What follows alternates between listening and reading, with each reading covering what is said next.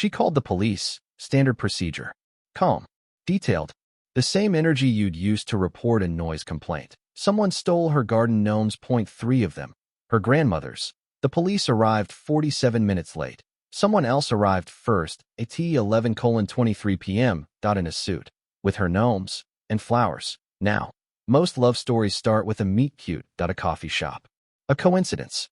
A meet awkward at best. This one starts with a crime boss standing in a doorway holding stolen garden ornaments, rehearsed apology ready, bodyguards stress eating in the car outside, and a woman in a Howard University hoodie and a silk bonnet looking at him like he is a mildly interesting inconvenience. Not afraid. Not impressed. Just waiting for him to get to the point so she can go back to bed. He had never, in 32 years, been looked at like that. He came back the next day to figure out why, and the day after. And here's the question that drives this entire story. What happens when the most dangerous man in the city meets the one person on earth who finds him? Mildly exhausting. Before we get into this story, and we are absolutely getting into this story because it only gets better from here. If you are new here, welcome. This channel is where we tell stories exactly like this one. Complicated people, real feelings, situations that are somehow both completely ridiculous and genuinely moving at the same time. If that is your thing, and based on the fact that you are still here after the silk bonnet detail, I am guessing it is, hit subscribe so you do not miss what is coming. Drop a comment right now. I want to know whose side you are on from the hook alone. The unbothered librarian or the crime boss with a gnome collection? Because that question matters more than you think. Okay, let us go back to 11:23 p.m. Linda Beaumont is at her door, and she has absolutely no idea her life is about to become significantly more complicated. The operator's name was Kevin. Kevin had been on the overnight shift for 6 years, and in 6 years Kevin had heard most things a city could produce after 10 in the evening. Domestic disputes, noise complaints, a man who called every third Tuesday about his neighbor's wind chimes with the dedication of someone filing a quarterly report. Kevin thought he had heard everything. Kevin had not heard this voice before. It was not upset. It was not panicked. It was the voice of someone who had identified a problem, assessed the relevant facts, and was now transmitting those facts to the appropriate department with the calm efficiency of a person who had places to be and was mildly annoyed that this was one of them. 3 garden gnomes, the voice said. Ceramic. Approximately 14 inches each. They were on my windowsill at approximately 9 p.m. when I last checked, and were gone by 10:47 when I went to make tea. I have a partial description of a vehicle. Black, luxury. I did not get the full plate, but the first 3 characters were, "Ma'am," Kevin said, because he needed a moment. "Can I just confirm? The stolen items are garden gnomes." A pause came through the line. Patient. The pause of a woman who had dealt with the wrong return slot at work and had developed extraordinary reserves of calm in the face of unnecessary repetition. Garden gnomes. Yes, 3 of them. They belonged to my grandmother, and I would like them back, please. Kevin typed. Kevin sent the report. Kevin told her an officer would be there within the hour. Kevin would later tell his coworker that the call was the most composed theft report he had ever processed in 6 years of overnight shifts, and that something about it had made him feel vaguely like he needed to do better with his life. He could not explain why. He never fully would. Linda Beaumont hung up the phone, put her bookmark back in her book, a 340-page literary novel that had been doing her wrong since page 80, but that she was going to finish out of sheer principle, and sat back on her couch. She looked at the windowsill. 2 gnomes looked back at her. Dolores. The one on the left had a small chip on her hat from the move from Atlanta 4 years ago. Bernard, on the right, was in perfect condition and had always been May's favorite, which made him Linda's least favorite in the specific way you do not favor the child who is clearly the teacher's pet. The space where the third one had been, Gerald Jr., named for her building super in a moment of either affection or revenge, she had never fully decided which, was just empty air and a ring of dust that suggested Gerald Jr. had been there a long time and had been taken recently, and without ceremony. Linda looked at the empty space. The empty space looked back. Okay, she said to nobody. She picked up her book. She read 4 pages. She put it down. She made tea. The thing about Linda Beaumont, the thing that Kevin from the overnight shift had sensed without being able to name it, was that she did not perform her feelings. She had them. She felt them thoroughly, in the way you feel weather. Fully present, fully experienced, and then moved through and out the other side without requiring an audience for the process. She was angry about the gnomes. She was angry in the specific way she got angry about things that mattered quietly and should not need explaining. The gnomes were her grandmother's, which meant they were her grandmother's hands and her grandmother's house, and her grandmother's voice on the phone every Sunday saying, "Baby, how are you eating?" And the particular smell of May's kitchen in August when the windows were open and something was always on the stove. They were 3 ceramic objects that cost approximately $40 combined at a garden center in 1987, and they were worth more than most things Linda owned, and whoever had taken them had taken something that was not theirs to take. She was also, because Linda was always honest with herself even when she was not particularly honest with other people, a little bit curious. The vehicle description she had given Kevin was accurate. Black. Luxury. The 3-plate characters she had caught from her window when she looked out after hearing the engine at 10 past 11. That was not the car of someone who needed to steal garden gnomes for money. That was not the car of a bored teenager or an opportunistic passerby moving through the neighborhood. That was the car of someone who had specifically, deliberately, with apparent premeditation, taken 3 ceramic gnomes from a 3rd-floor windowsill in the middle of the night. Linda sipped her tea. Who steals garden gnomes on purpose? She filed this question in the part of her brain labeled interesting and returned to her book. She read 3 more pages. She made a second cup of tea. She looked at the windowsill again. Now here is the part of the story happening somewhere else in the city while Linda waited on her couch.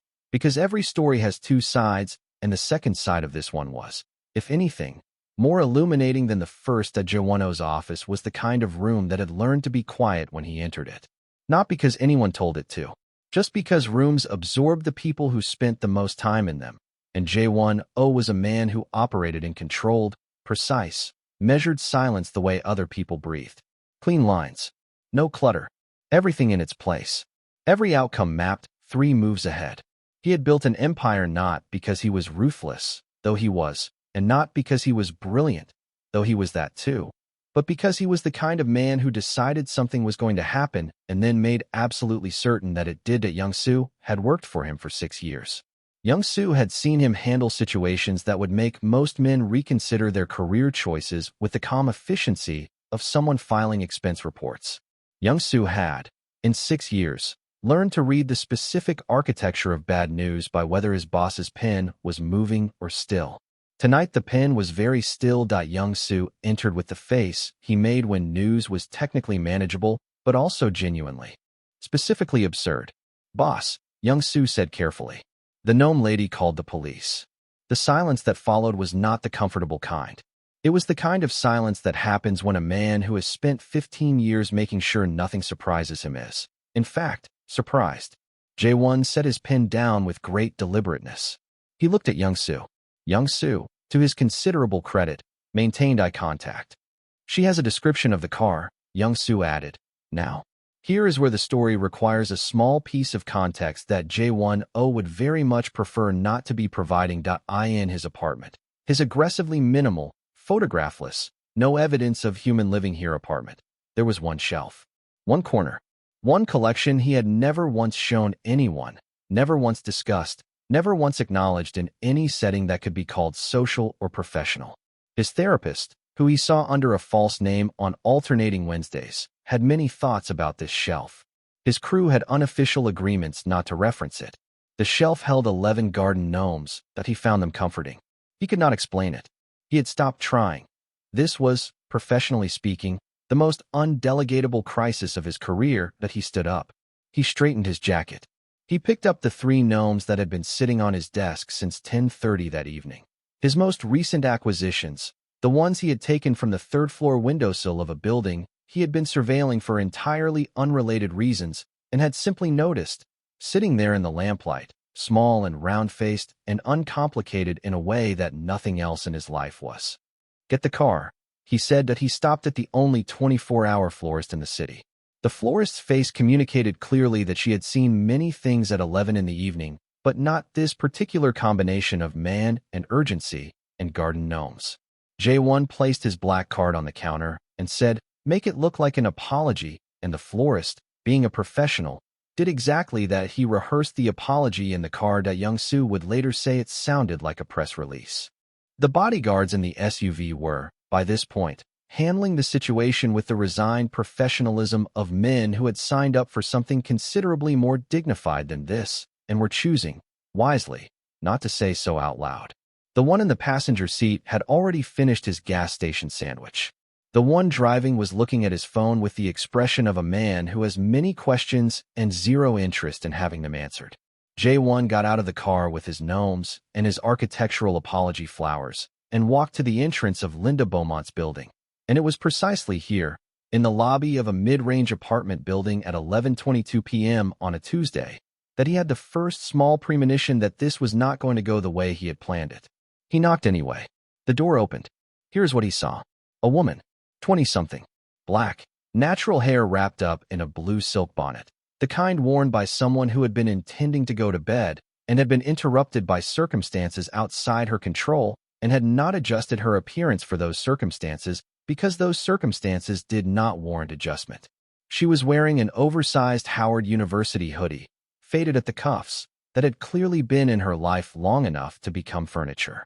She was not wearing the expression of someone who had been frightened. She was not wearing the expression of someone impressed. She was wearing the expression of someone who had filed a report, expected a resolution, and was now assessing whether the resolution in front of her met the criteria. She looked at him. She looked at the flowers, which were enormous. She looked at her gnomes, which he was holding in the crook of his arm like someone had handed them to him at a party and he hadn't found a surface to put them on yet. Gerald Jr. looked back at her from the crook of his arm, expression unchanging, as gnomes' expressions tend to be.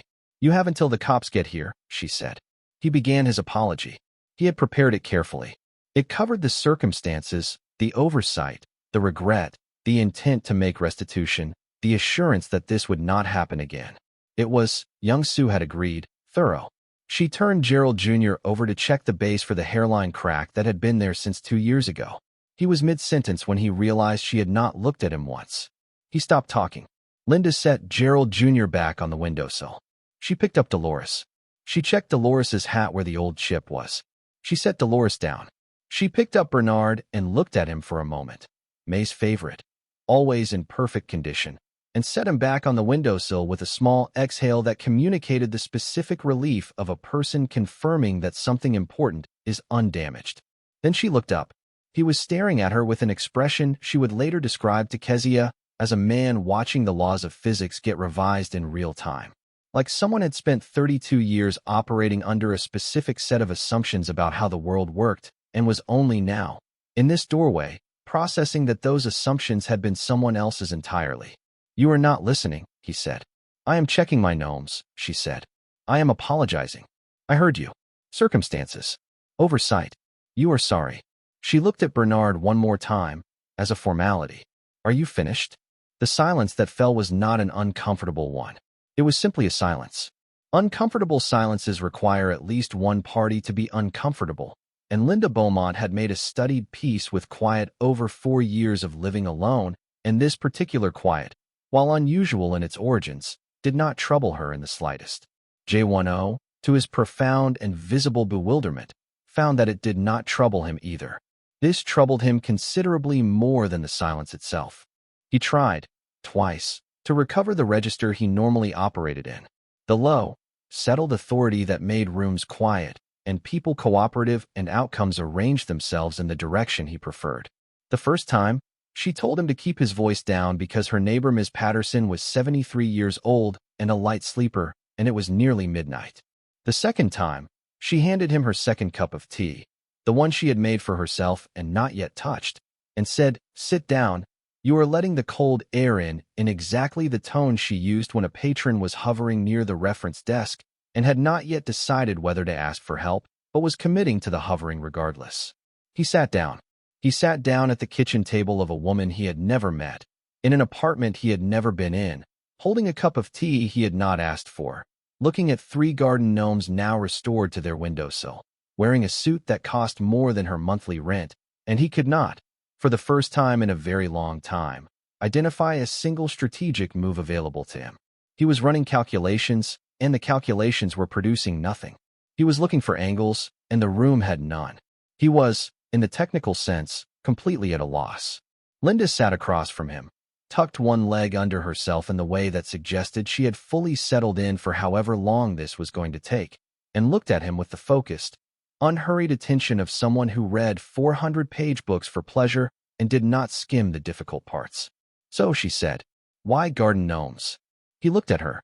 "That is the question you are asking," he said. "That is the question I am asking." He was quiet for a moment. Not the strategic kind of quiet, where the silence was doing work. Just quiet. Actually, genuinely, without a prepared answer for the first time he could remember. "I find them comforting," he said finally. Linda looked at him. Not with judgment. Not with amusement. Exactly. Though there was something at the corner of her eyes that suggested she was filing this away in a particular folder. She looked at him the way she looked at everything, with attention and with the patient openness of someone who had decided long ago that people were worth understanding even when they were confusing, which was most of the time. "Comforting," she repeated. "I cannot explain it more specifically than that. You do not need to." He looked at her for a long moment. Nobody had ever said that to him before. Not about this. Not about anything that did not have a logical framework. You do not need to. Just sitting with the unexplained thing. No further question required. The police arrived at 12:10 in the morning. Officer Reyes and Officer Tran had spent the 47-minute drive preparing themselves for a distressed elderly woman, possibly tearful, possibly needing calm and direction. They were instead presented with a 27-year-old in a silk bonnet sitting at a kitchen table across from a man in a suit that neither of them had ever seen outside of a magazine. 2 cups of tea on the table between them, and the general atmosphere of a meeting that had been proceeding without their involvement for some time and did not urgently require it. Officer Reyes looked at the gnomes on the windowsill. He looked at the man. He looked at Linda. "Ms. Beaumont," Officer Reyes said carefully, "we received a report of a theft." "Resolved," Linda said. He brought them back. Officer Reyes looked at Jae-won with the specific attention of a man whose instincts were saying several things simultaneously and who was choosing, in this moment, to follow only the professional ones.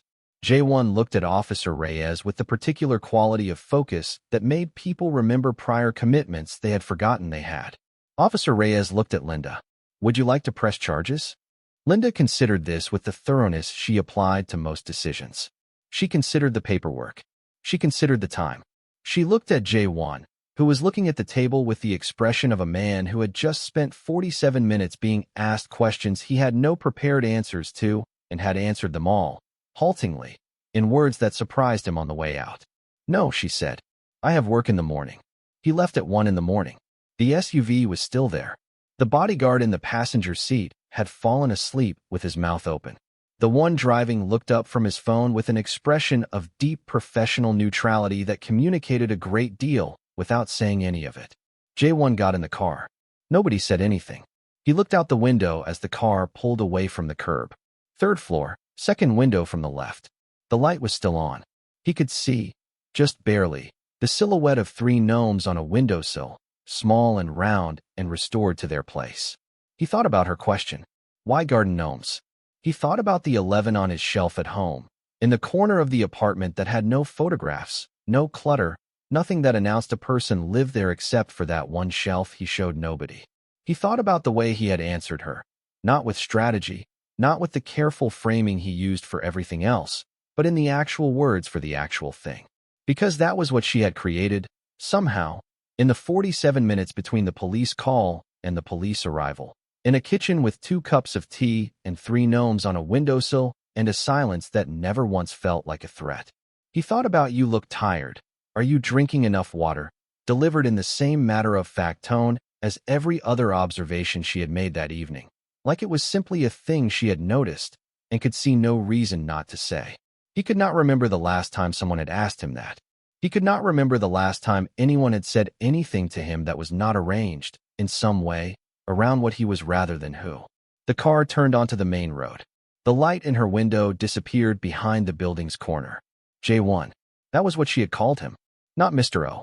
Not Sir. Not the careful nothing name that people used when they knew who he was and were navigating the edges of that knowledge. Just his name. Like it was simply what he was called. Like the name and the man were the same thing, and neither of them needed qualifying. He had never, in 32 years, been looked at the way she had looked at him. Not afraid. Not impressed. Just present. Entirely, specifically present, like he was a person she found mildly interesting and possibly mildly exhausting and had not yet decided which description was going to win. He came back the next day to figure out which one it was. He brought better flowers. She did not look up from her book. She pointed at the chair. He sat down. He stayed 2 hours. They talked about nothing important, a book she was reading, a coffee place 3 blocks away, the specific unreliability of the weather in this city in October. The kind of conversation that had no agenda and no stakes, and was somehow the best conversation he had had in months. He left confused about his entire life. He came back the week after. He had been the stray cat for 3 weeks before he understood that was what he was. By then he had already made himself comfortable on her porch. This was, he would later realize, entirely her plan. She would dispute this. She would be lying. The first real conflict arrived on a Tuesday evening, approximately 3 weeks into whatever this was, that neither of them was calling anything. Linda came home from her evening shift at the library to find Gerald, who had not fixed a single maintenance request in the 4 years she had lived in this building. Gerald, who had once taken 6 weeks to replace a hallway light bulb. Gerald, who communicated primarily through vague promises and strategic unavailability, hovering in the lobby with the energy of a man who had recently been explained something and was still processing it in his nervous system. "Ms. Beaumont," Gerald said, with a brightness that was entirely new. "Can I help you with anything?" "Anything at all." Linda looked at Gerald. She looked at the new lock on the front door. She looked at the keycard reader beside it, which had absolutely not been there this morning.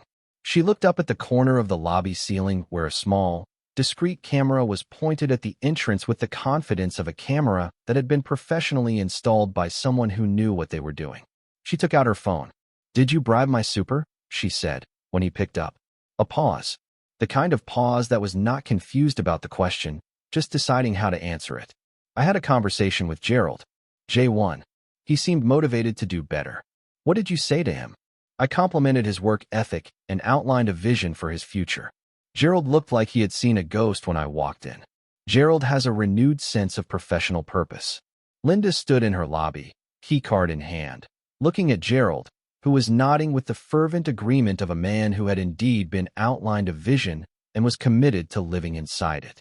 She was genuinely unsure whether to laugh or to feel the particular frustration that was building quietly behind her eyes. She went upstairs. She sat Jae-won down on her couch with the calm, deliberate energy she used for people who dog-eared library books. "Eye contact." No raised voice. The tone that was somehow more effective than shouting precisely because it never became shouting. "I need you to hear me," she said. "I am not a building you can renovate." Jae-won opened his mouth. "I am still talking." He closed it. Nobody had closed his mouth for him in 15 years of running an organization. He had closed it in approximately half a second. He was genuinely horrified by how quickly he had closed it. "I appreciate that you were worried," Linda said. "I do not appreciate that you expressed that worry at Gerald. Gerald is a nervous man, and you have made him significantly worse. Your window latch was fine." "It was not fine, Linda." A determined squirrel. "I am not a squirrel. I am a 27-year-old woman who has been securing her own windows since before I met you, and the window was fine, and the point is that you did not ask me." "I was trying to." "I know what you were trying to do." She looked at him steadily. "That is not the same as doing the right thing." A silence settled between them. Jae-won looked at her. Something moved behind his eyes. Not anger, not defensiveness, but the particular discomfort of a man who had just been handed a mirror and recognized the reflection. He was not used to this. He was used to outcomes being the measure of decisions. He had never considered, not once, that the path to an outcome could be the problem even when the outcome was correct. "The camera," he said finally, "is very subtle. You will forget it is there." Linda pointed at the door. He left.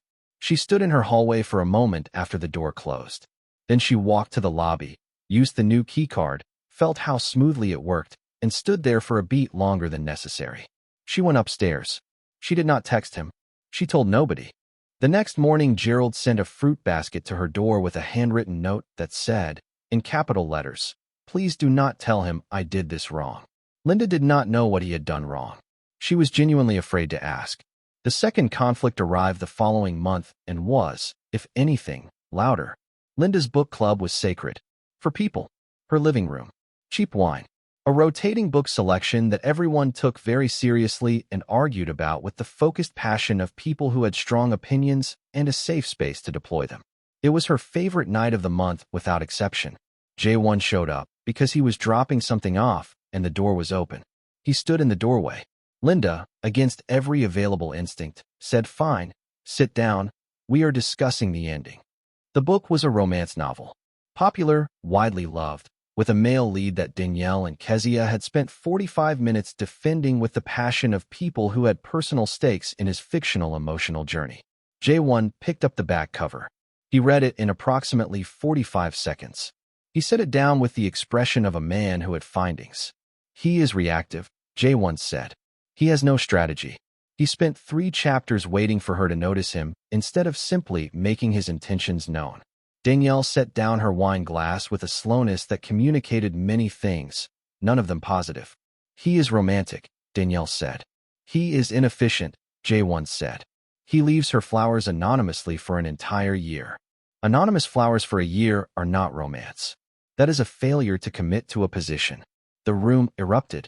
Kezia, who had been in a will-the-won't-they situation of her own for the better part of 2 years and had significant personal investment in the book's thesis, pointed at Jae-won and said, "Who brought him?"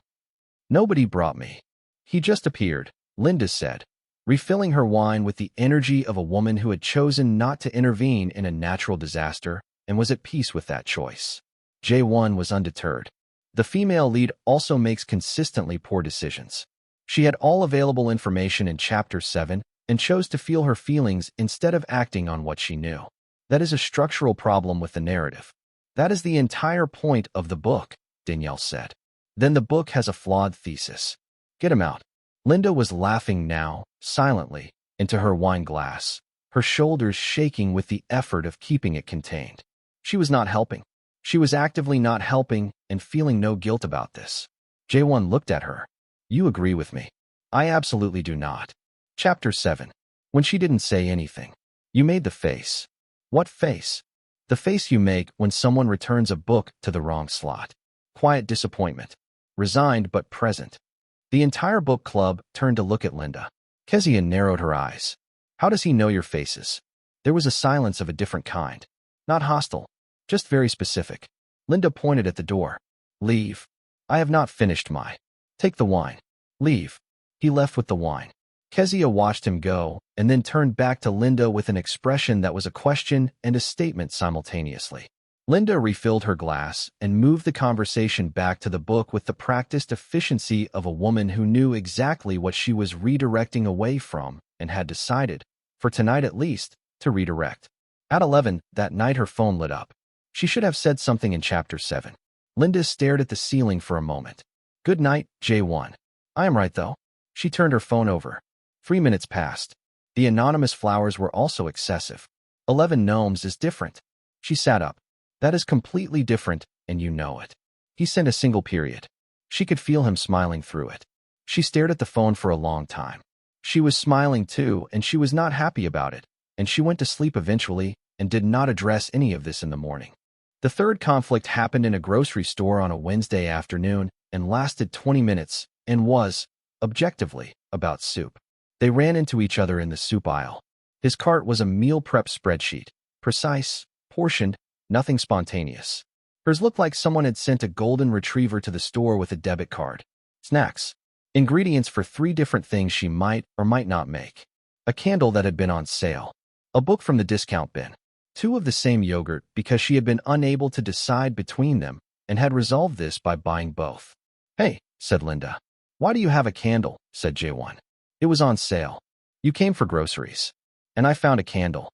He looked into her cart with the expression of a man watching a spreadsheet commit crimes against itself. A muscle in his jaw moved.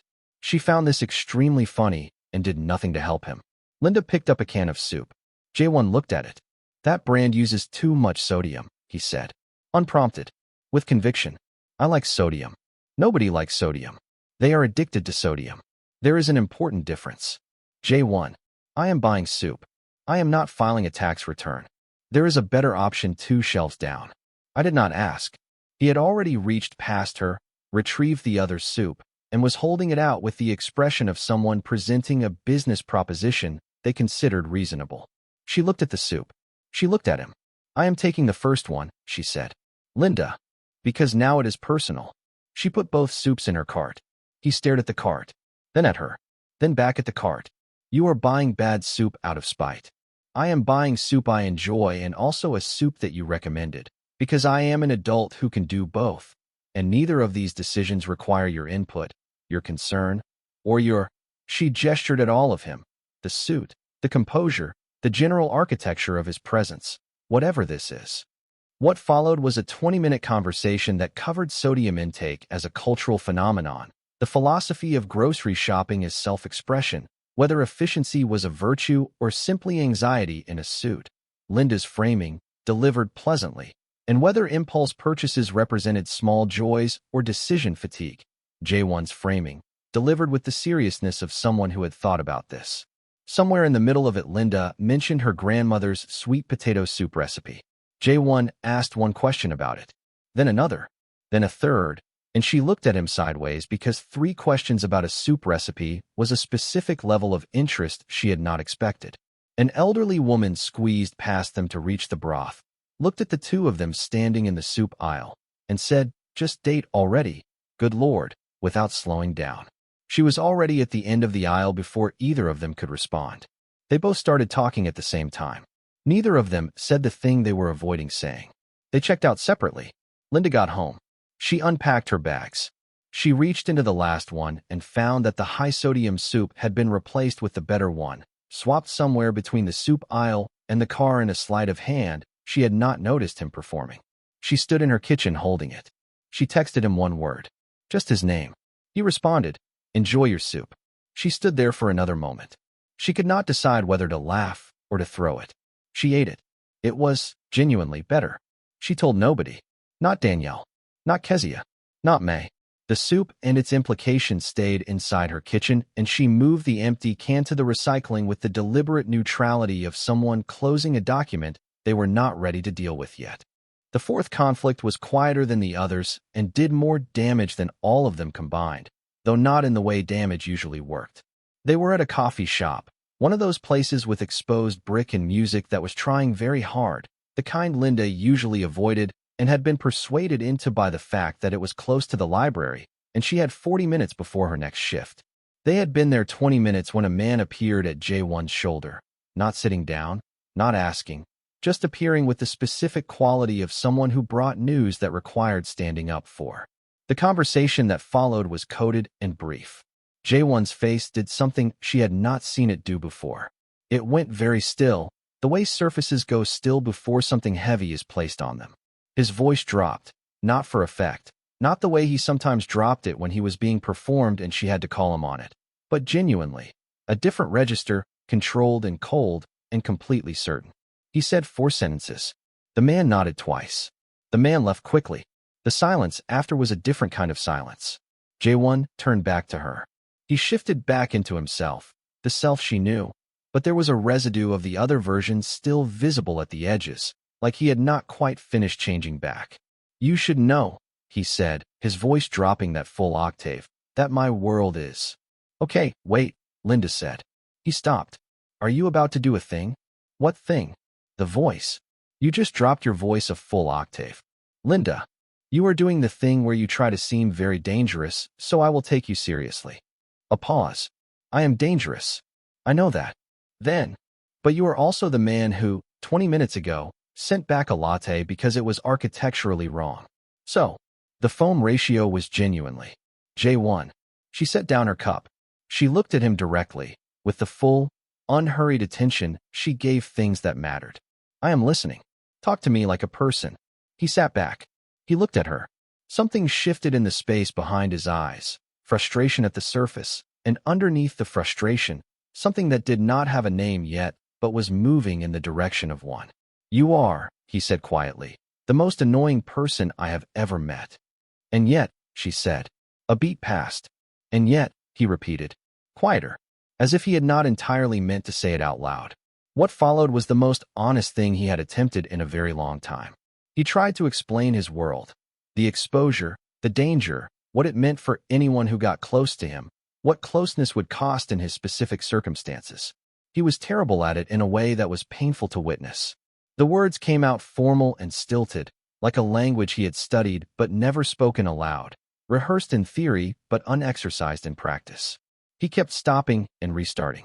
He kept choosing the wrong word, and then choosing the correct one, and then losing the thread anyway. Linda listened. She did not fill the pauses. She did not perform patience. She simply listened, the way she listened to everything, as if she had made a decision to be present for this and intended to honor that decision all the way through. When he finished, she was quiet for a moment. "So what you are saying," she said, "is that you are scared." The look on his face was extraordinary. "I am not. Not of the danger. Of this. Whatever this is between us. That is what you are scared of.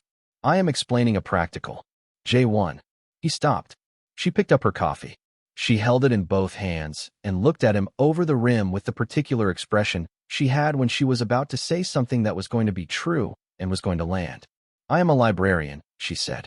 "I have read every version of this conversation. Boy meets girl. Boy has a complicated life. Boy delivers the speech about why the girl should run before she gets hurt. I know every version of that story. How does it end?" he asked, and there was something real in the question, something that was not rhetorical.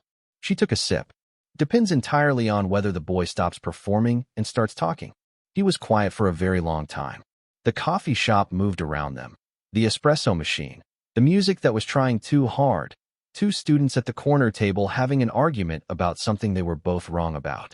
Jae-won sat in the middle of all of it and said nothing and looked at the table, and she did not rush him, and the quiet stretched and stretched and held.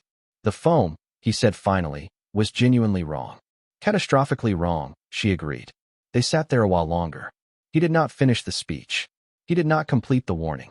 He just sat with her in a coffee shop while the city moved outside the window, and somewhere in the sitting, in the not performing of it, in the choosing to stay rather than strategize his way out, something settled that had not been settled before. He left a $200 tip on the way out. The barista assumed it was about the foam. It was not about the foam. The fifth conflict began with a phone call that Linda did not intend to share with him. She was on with May, Sunday evening, the regular call, the one that Linda kept more faithfully than almost any other appointment in her life. When Jae-won knocked, and she waved him in without thinking, because that was what she did now, apparently. He sat on the couch. He picked up a book from her coffee table. He appeared to be reading it. He appeared to be minding his business entirely. May asked who was there. "Just a friend," Linda said. Jae-won looked up from the book at the word just.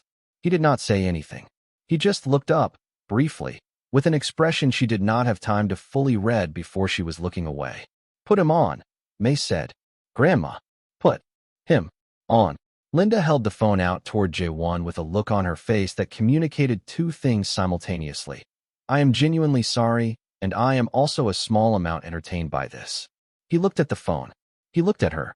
He took the phone with the composure of a man who had navigated dangerous situations and was choosing to treat this as another one. May was 74 years old, from Alabama, with the warm, relentless energy of a woman who had decided long ago that questions were a form of love and that love should not be rationed. She asked where he was from originally. She asked what his mother cooked. She asked whether he went to church, and if not, why not, and did he at least have values. He tried to say he and Linda were friends, and May made a sound that managed to communicate an entire worldview in 2 syllables. She asked if he could cook. He said he was learning. She asked what he thought about Linda, and he was very careful here, choosing his words with the precision of a man defusing something, while Linda watched him from across the room with eyes that were slightly too large for her face. Then May said, "Is your grandmother still with us? Because if she is, does she know you are out here stealing garden gnomes? Linda told you about the..." "She tells me everything, baby. Why did you take them?" Jae-won looked at Linda, who had buried her face fully in a throw pillow and was offering him nothing. "I find them comforting," he said, because it was the true answer, and he had apparently, at some point in the last several weeks, become a person who gave Linda's grandmother the true answer. May was quiet for just a moment. "Honey," she said, and her voice was different now, simple and direct, and without any agenda at all. "Are you okay?" He was not prepared for that question. Not from this direction, not with this particular gentleness, Not from a woman in Alabama who had known him for approximately 9 minutes. He was quiet for a moment that was a beat too long, and the beat said everything May needed to hear. "I'm fine," he said. Said May. That sound again. 74 years of being right about people, compressed into a single syllable. "You come to Atlanta sometime," May said warmly. "I will make you soup. You sound like you need soup." He looked across the room at Linda, who had lifted her face from the pillow and was watching him with an expression he could not fully decode. Soft at the edges, a little careful, a little something else. "Thank you," he said, and meant it in a way that surprised him on the way out of his mouth. He handed the phone back. Linda took it, still watching him. "Are you okay?" she asked, and it was the same question May had just asked, but in Linda's register, which was quieter and somehow more searching. "Your grandmother," he said, "is terrifying. She asked if you were okay, and you answered honestly in 11 minutes. I did not. You told her about the gnomes. She already. Jae-won, you told a 74-year-old woman in Alabama about the gnomes." He stood. He straightened his jacket. He recovered approximately 40% of his dignity, which was the most the situation was going to allow. "I am leaving," he said. "She is going to call you back," Linda said. "She does not have my number." Linda looked at him with the expression she reserved for statements that were technically true but practically meaningless. 3 days later, May texted Jae-won a sweet potato soup recipe. He saved it immediately. He made it that weekend. He told absolutely nobody. He stood in his kitchen on a Saturday afternoon, in his aggressively minimal apartment, making soup from a recipe sent by a grandmother in Alabama, and he did not examine what this meant. He just made the soup. It was, when it was done, exactly as good as May had promised. He stood at the counter and ate it from the pot, and did not call anyone, and did not explain himself to himself, and told nobody, and went to bed that night feeling, against all available logic, less empty than usual. The breaking point, when it came, arrived the way real hurt always arrives. Not loudly, not dramatically, but quietly and precisely. In the middle of a Tuesday morning when Linda was at work and the world was otherwise ordinary. 6 months before any of this began, Linda had applied for a grant. Not a small thing. Not a casual form filed on a slow afternoon. She had spent 4 months on that proposal. 4 months of her own time, her own evenings, her own weekends, supplementing the gaps in the budget with her own money when the numbers did not add up, building a community reading program from nothing into something that had a wait list and a reputation and children who came back every week because someone had made them feel like their reading life mattered. She had written every word of the application herself. Every data point sourced, every argument made, every sentence revised until it was exactly what she meant. The grant committee, 3 men who lunched together and made decisions together and had been making the same decisions together for 11 years, had passed on it. Bureaucratic reasoning, political positioning, the particular small cruelty of institutions that protect their own comfort by calling it process. Jae-won found out. He found out through channels he was not using to monitor her life. He was simply informed. He found out about the committee, about their reasoning, about the people they responded to, about the calls that would need to be made. He made them, not illegally, just thoroughly. He knew people who sat on boards adjacent to the committee's sphere of influence. He restructured the situation. It took 4 phone calls in 2 days and cost him a favor he had been saving for something else. Linda's program director called her on a Tuesday morning. "The committee has reconsidered," she said, and her voice had the stunned quality of someone who had not expected this. "The grant is approved. Full funding. 2-year commitment. Starting immediately." Linda stood at the reference desk with the phone to her ear and felt something bloom in her chest that she did not have a word for in the moment. She thanked her director. She hung up. She walked to the staff bathroom with the deliberate pace of someone keeping it together until they were somewhere private, and then she stood at the sink and cried a little. Not in distress. In the particular overwhelm of something you worked for finally arriving, the weight of the effort releasing all at once. She would never confirm this to anyone. Not Danielle. Not Kezia. Not May. She splashed water on her face and went back to work. She found out that afternoon.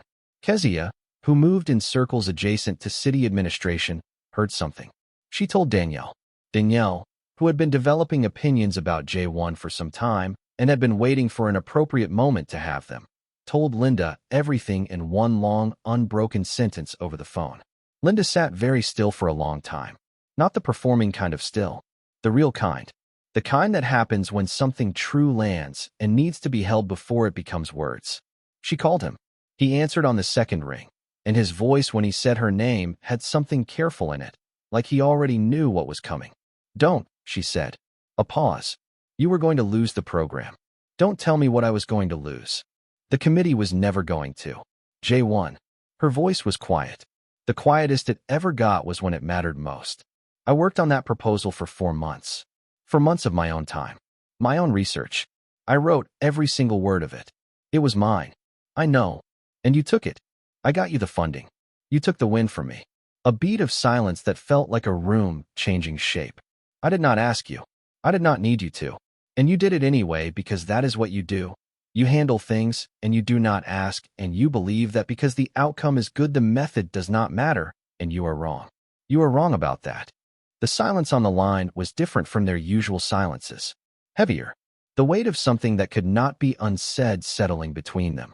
"Linda, I need you to not call me for a while." She hung up.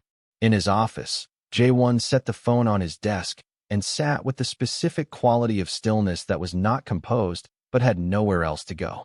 He had rearranged the same 2 files twice that morning and had not noticed until Young-soo pointed it out by simply looking at them pointedly. He had agreed to a Saturday meeting. He had not noticed he had done that either until Young-soo mentioned that he had once made a man leave the country for scheduling a Saturday meeting, and the man in question still called on Fridays to confirm there was nothing planned. On day 3 of the silence, Young-soo sat down across from him without being invited. "Who is she?" Young-soo said. Jae-won said nothing. "We all know about the librarian," Young-soo said.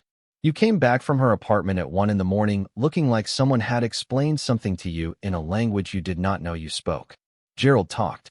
Multiple times. I am going to have another conversation with Gerald. Gerald is already scared. Leave Gerald." Young-soo leaned forward with the patience of someone who had been waiting to say something for a while. "What did you do?" Jae-won told him. Young-soo listened. When he finished, Young-soo was quiet for a moment. "You took her victory," Young-soo said. "I got her the funding."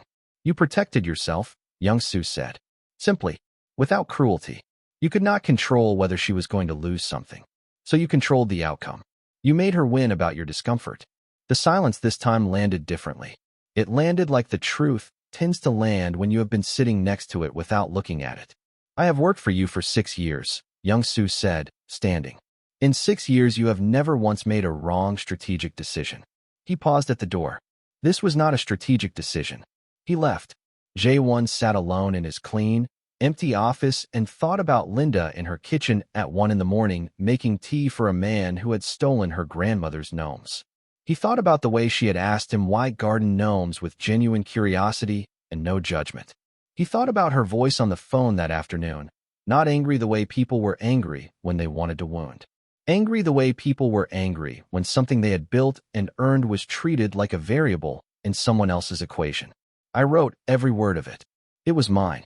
He picked up his phone. He put it down. He picked it up again. He called May. She answered immediately, with the warmth of someone who had been expecting this call for some time. "I made the soup," he said, which was not what he had called to say. "I know you did," May said. "How was it?" "Good. Good." A pause, easy and unhurried. "She is stubborn, my Linda. Gets it from me. Once she decides something, it takes an act of God and a genuinely good reason to move her."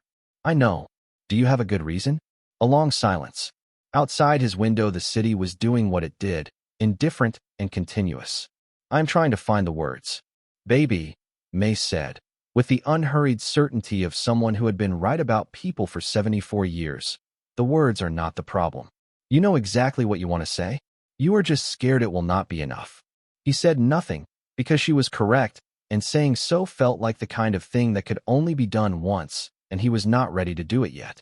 "Here is what I know," May continued. "Linda does not need grand gestures. She has no interest in grand gestures. She needs someone who sees her clearly, tells the truth, and does not flinch when she tells it back." "I do not flinch." "Sweetheart, you did everything except flinch. You controlled the outcome so you would not have to." Another silence. He stared at his ceiling. "She is absolutely not going to make it easy," May added, cheerfully. I know. Good. She sounded genuinely delighted. Come to Atlanta when this is sorted. I will make you the real soup. What I sent you was the practice version. Something in his chest loosened slightly. There is a practice version. There is always a practice version. Good night, Jae-won. She hung up. He sat for a long time. Then he started planning. Not controlling, planning. He was learning the difference. It was taking longer than he would have liked, but he was getting there. He went to the library on a Thursday afternoon at 4 p.m. He walked in looking the way he always looked. Put together, precise, the kind of presence that made people step to the side without quite deciding to. He made immediate eye contact with Danielle, who was returning books and who was absolutely not supposed to be there that afternoon, but the universe, as it turned out, had opinions about this story and was not keeping them to itself. Danielle's eyes went wide. Jae-won stopped. Danielle looked at him, looked toward the back of the library, looked back at him. Then, slowly and with great deliberateness, she took out her phone and began typing. Please do not. I am just texting a friend, Danielle said, in a voice like warm butter. By the time he reached the back reference section, Linda was re-shelving books with her back to him. Silk scarf today, earrings that caught the afternoon light, completely, specifically unbothered by the world and everything in it. The library closes at 6, she said, without turning around. If you need help finding something, the front desk. I am not here for a book. This is a library, Jae-won. I know what it is. She turned around. Her face was doing the careful thing, the composed thing, but her eyes were doing something else, and he had, over the past several weeks, learned to read her eyes. You have 7 minutes before my next program starts, she said. So, 7 minutes. He had prepared for 30. He abandoned the prepared version entirely. I was wrong, he said. She looked at him. I am listening. I was wrong about how I did it and why I did it. I told myself it was about the program, about protecting something that mattered to you. He stopped, started again. It was not.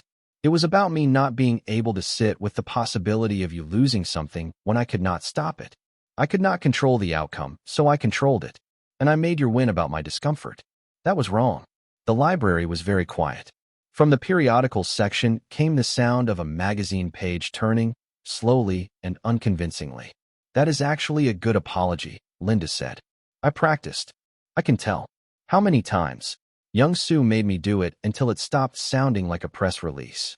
I like Young Soo. Everyone likes Young Soo. It is extremely annoying. She looked at him for a long moment with the full, clear-eyed attention she gave to decisions that mattered. He held it, did not deflect, did not manage the eye contact or the silence or any of the variables. Just stood there and let her look. You have 4 minutes, she said. He took out his phone. On the screen was a photograph of his shelf at home. The corner of his apartment that had no photographs, no clutter, no evidence of a person, except for this. 11 gnomes, lined up, round-faced and uncomplicated and entirely themselves. In front of them, a small piece of paper with his handwriting on it, careful and slightly uncharacteristic, the handwriting of a man who had written this multiple times before landing on the version he was willing to show. I am bad at needing things. I am trying to get better at it. These are the only proof I have that I have been trying longer than I knew. Linda looked at the screen. Then she looked at him. Did you, she said slowly, just use garden gnomes as a metaphor for emotional vulnerability? Young Soo said it was too much. Young Soo was wrong. A beat. Are you? I am not crying, Linda said. She was a little bit crying. Her eyes were doing something she was not going to name out loud.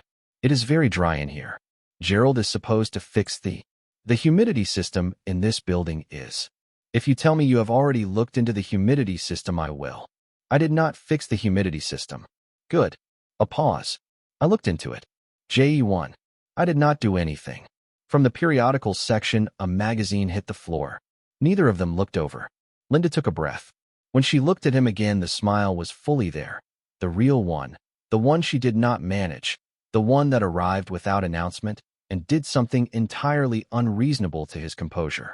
You are so much work, she said. I am aware. Like an unreturned library book. Just ongoing consequences. That is a very specific insult. I have a very specific job. She tilted her head. If I let you back in, you ask. I do not act. I talk to you first. Every single time. And if I am losing something and you cannot fix it, the honest answer, the hard one, He had practiced this too, at May's suggestion, in his car on the way over. Then I sit with you while you lose it. She was quiet for a moment. That is the right answer, she said. I know. Did Young-soo help you with that one? May did. Linda laughed. The full one, sudden and unguarded. The kind that came out before she had finished deciding to laugh. He felt something in his chest do something he did not have a name for yet, but was not inclined to stop. You called my grandmother. She called me first. That is absolutely something she would do. Through the front doors the after-school noise was beginning. Backpacks, sneakers on the floor, the cheerful, overlapping voices of children who loved this place because she had built it into somewhere worth loving. She looked over her shoulder at them, then back at him. You should go, she said. Not unkindly. I know. He did not move immediately. She did not tell him to again.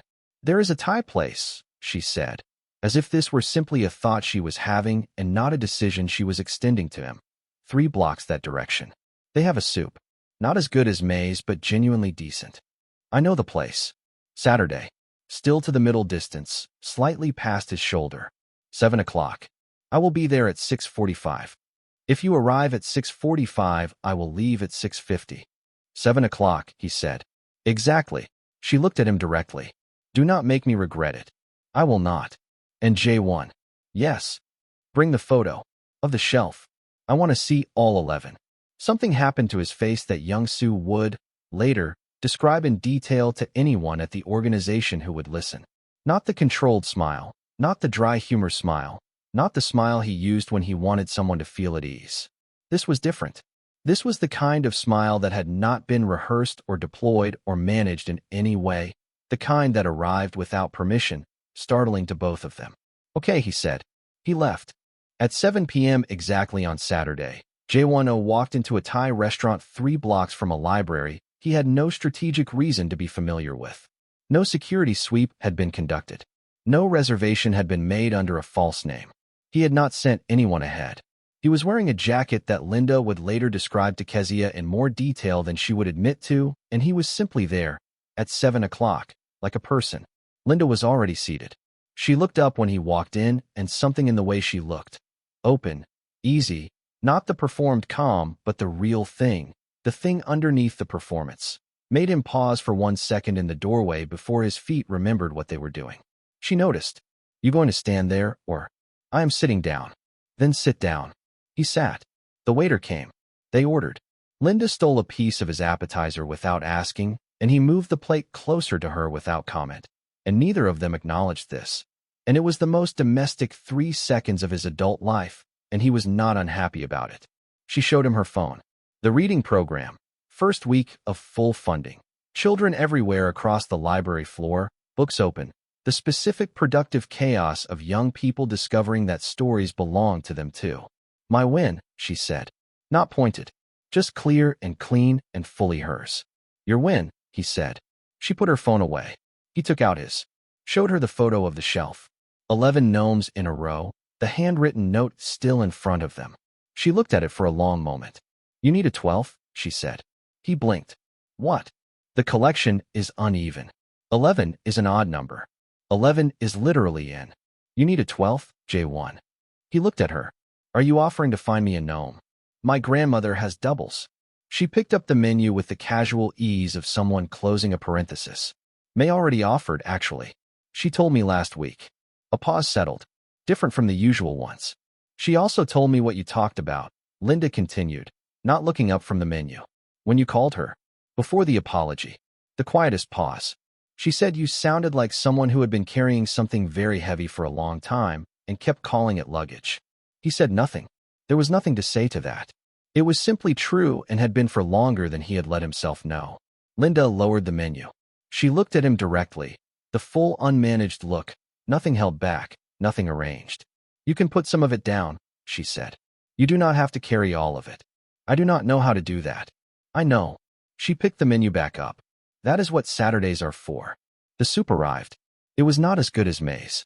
Jae-won looked across the table at a woman who was reading the menu while simultaneously eating soup, as if the menu's arrival was a separate event from the soup's arrival, and both deserved attention. And he thought that this was, he did not have a complete sentence for it. He just thought that this was, that it was enough. That sitting here, in a restaurant 3 blocks from a library, with a woman who found him mildly exhausting and had, somehow, seen him more clearly than anyone had in years, was enough. More than enough. He stayed until the restaurant closed. 3 months later, on a Sunday in November, Linda was on her couch with her legs over the armrest reading a book at an angle that would eventually cause neck problems. Jae-won was at her kitchen table with his laptop doing something that was either very legitimate business or the thing where he looked very much like he was doing legitimate business. The soup was on the stove. Her grandmother's original 3 gnomes were on the windowsill where they had always been, and on his shelf at home, 12 gnomes stood in a row, the 12th slightly chipped on one ear, May's contribution, his favorite, the one Linda knew was his favorite and had never said out loud because some things did not need to be said. Gerald had become, through a combination of sustained low-level anxiety and genuine eventual pride, the most attentive building super in the city. Linda brought him muffins. He cried every time. Nobody mentioned it. Danielle had opinions about Jae-won that she shared regularly and at length. The book club consensus was that he was a lot, but the interesting kind of a lot. Kezia had started reading crime thrillers and made pointed eye contact during every romantic subplot. Linda ignored this. Young Soo had been promoted, internally and unofficially, to the role of person Jae-won practiced feelings with. He was handling this with grace and mild exhaustion. May texted Jae-won every Tuesday. Sometimes recipes. Once a Bible verse. Once a photo of a garden gnome at a flea market with the caption, "He looks like you when you are thinking too hard." He had saved this photo. He would never confirm this. Linda looked over the top of her book. "You are staying for dinner," she said. "Not a question. I was planning to, yes. I am making the soup." "May's recipe?" "My version of May's recipe." He looked up from the laptop. Really looked, the full, clear look that he had finally, after all of it, stopped managing. "Is that better or worse than May's?" She considered this. "Different," she said. "It is mine." He closed the laptop. She went back to her book. Outside, the city moved through its evening. Inside, it was warm and quiet and entirely, specifically theirs. On the shelf, 12 gnomes stood in a row. 11 for the years he spent not knowing what he needed. 1 for after. This is what the story is really about, underneath the gnomes and the soup and the book club chaos and Gerald's fruit basket. It is about the particular courage it takes to stop performing strength and admit that you are carrying something. It is about the difference between protecting someone and actually seeing them, between handling an outcome and sitting with a person through it. Jae-won spent years building a life designed to need nothing and nobody, and he called it discipline. And it was also a cage with excellent lighting. Linda spent years building a life that was small and certain and entirely self-sufficient, and she called it peace. And it was also a door she had stopped opening. What changed everything was not a grand gesture. It was not a speech.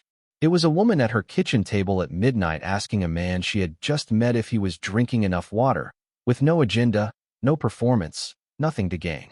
It was a man who came back the next day with better flowers not because the flowers mattered, but because she was the first person in years who had looked at him as if the flowers were beside the point. The lesson is not that love fixes broken people. Neither of them was broken.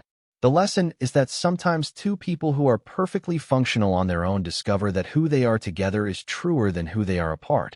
And that is not weakness. That is just the bravest thing there is. Thank you for spending an hour of your life with Linda and Jae-won and 12 garden gnomes and a grandmother in Alabama who was right about everything from minute 11 of a phone call she was never meant to be part of. If this story found you in a moment where you needed it, then it did exactly what it was supposed to do. Take care of yourselves. Drink enough water.